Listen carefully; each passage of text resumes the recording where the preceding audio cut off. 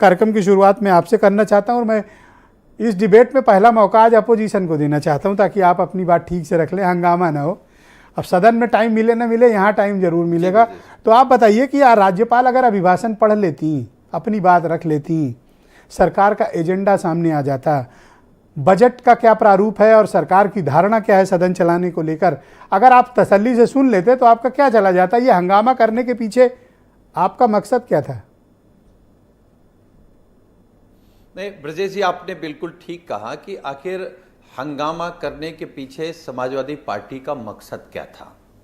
मकसद तो साफ है। ये महामहिम जी ने जो झूठ का पुलिंदा पढ़ा है, और झूठ का पुलिंदा हम बड़ी जिम्मेदारी के साथ कह रहे हैं। अगर महामहिम ने भी सरकार को बुला करके ये पूछ लिया होता कि जो पिछली बार सच का पुलिंदा या विकास का पुलिंदा बता करके महामहिम से पढ़ाया गया था, वो क्या धरातल पे उतरा है क्या? और अगर नहीं उतरा है तो इसका मतलब फिर दोबारा झूठ का पुलिंदा पढ़ करके आप ये साबित करना चाहते हैं कि हम विकास कर रहे हैं। मुझे लगता है ब्रजेश जी, मुझसे बेहतर आप जानते होंगे, उत्तर प्रदेश की विधानसभा के इतिहास में कभी भी ऐसा नहीं हुआ होगा कि पत्रकार साथियों के साथ दुर्व्यवहार हुआ हो, मारपीट हुई हो, उनके साथ बदतमीजी हुई हो, उनको अपमानित किया गया हो। आखिर सरकार की मंशा क्या है? कि सच कोई दिखाए ना, सच कोई बोले ना, सच को आप दबा दो। तो इसका मतलब अगर आप सच के खिलाफ हैं तो आप झूठ के साथ खड़े हैं। और सच बोलने पर पाबंदी है, सच लिखने पर पाबंदी है, सच दिखाने पर पाबंदी है, तो लोकतंत्र कहां है? फिर तो उत्तर प्रदेश में लोकतंत्र वेंटिलेटर पर है। तो सरकार कौन सा डेवलपमेंट की बात कर रही है? पर ये बताइए कि ये जो आप राज्यपाल के अभिभाषण का विरोध कर रहे थे, ये सांकेतिक विरोध था या फिर वाकई में आप प्रोटेस्ट कर रहे हो? दूसरा, राज्यपाल अभिभाषण दे लें, आप मुद्दा उठाइए, अगर आपको बोलने ना दें या व्यवधान उत्पन्न करे, सरकार चर्चा से भागे, तब तो इसको बड़ा मुद्दा माना जाए।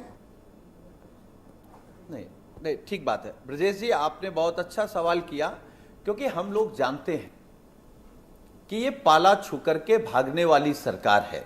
यही सरकार कहती थी, भारतीय जनता पार्टी कहती थी कि साल में 90 दिन चलने चाहिए। इनका जो भी प्रवक्ता है, आप उनसे पूछिएगा कि ये 6वां साल भारतीय जनता पार्टी के पूर्ण बहुमत की सरकार का है, किस साल 90 दिन चला है सत्र। क्योंकि ये जानते हैं कि अभी समाजवादी पार्टी जाति जनगणना पर इनसे सवाल पूछेगी, समाजवादी पार्टी बेरोजगारी पर इनसे सवाल पूछेगी, समाजवादी पार्टी इनसे महंगाई पर सवाल पूछेगी, बेकार सड़कें, बदहाल अस्पताल पर सवाल पूछेगी, बदहाल शिक्षा व्यवस्था ना, तो सत्र शुरू हो रहा है, तो इनके पास आज से शुरू हो रहा है, आप पूछिएगा, पूरी प्लानिंग के साथ आइए, पूछिए। नहीं देखिए ब्रजेश जी, जो सवाल आप कर रहे हैं कि आखिर महामहिम राज्यपाल के अभिभाषण पर इतना हंगामा क्यों था, समाजवादी पार्टी कभी अन्याय और झूठ बर्दाश्त नहीं कर सकती। झूठ का पुलिंदा पढ़ा जा रहा था, 25 करोड़ लोगों को धोखा दिया जा रहा था उस सदन से, जहां से 25 करोड़ लोगों के भले के लिए बजट आता है। आप देखिएगा किस तरीके से बजट आएगा। जैसे अभी इन लोगों ने एक इवेंट किया है कि बहुत निवेश ले आए देश दुनिया से। कहां निवेश दिख रहा है? कहीं दिख रहा है? हमारे नेता ने कहा जो सरकार अपने गमले न बचा पा रही हो, पेड़ न बचा पा रही हो, पहले जब आप डिबेट में मेरे साथ बैठते थे, को आपके चलाया जा रहा हो, बुलडोजर से न बचा पा रही हो, उसमें लिखा हुआ था उम्मीद की साइकिल और अखिलेश यादव की तस्वीर लगी थी। इस समय पीछे कुछ तस्वीर बदली हुई हैं। ये आपका नजरिया बदला है या आपकी आस्था और विचार बदले हैं? नहीं, देखिए ये जरा बड़ा फ्रेम करके दिखाया जाए कि इन्होंने क्या लगाया हुआ है। नहीं ब्रजेश जी, हाँ, दिख गया मुझे, दिख साइकिल गया। है, माननीय अखिलेश यादव जी पर लोगों को भरोसा है जी। और क्योंकि ओके, मैं उस जगह पर आज बैठकर लाइव नहीं कर रहा हूं। ओके, अच्छा, आपने स्थान बदला हुआ, भगवान होंगे, कोई बात नहीं, शुक्रिया आपका। मैं डिबेट को आगे बढ़ाता हूं। मेरे साथ है, हमने सोच नहीं बदली है जी। अंबेडकर जी भी दिख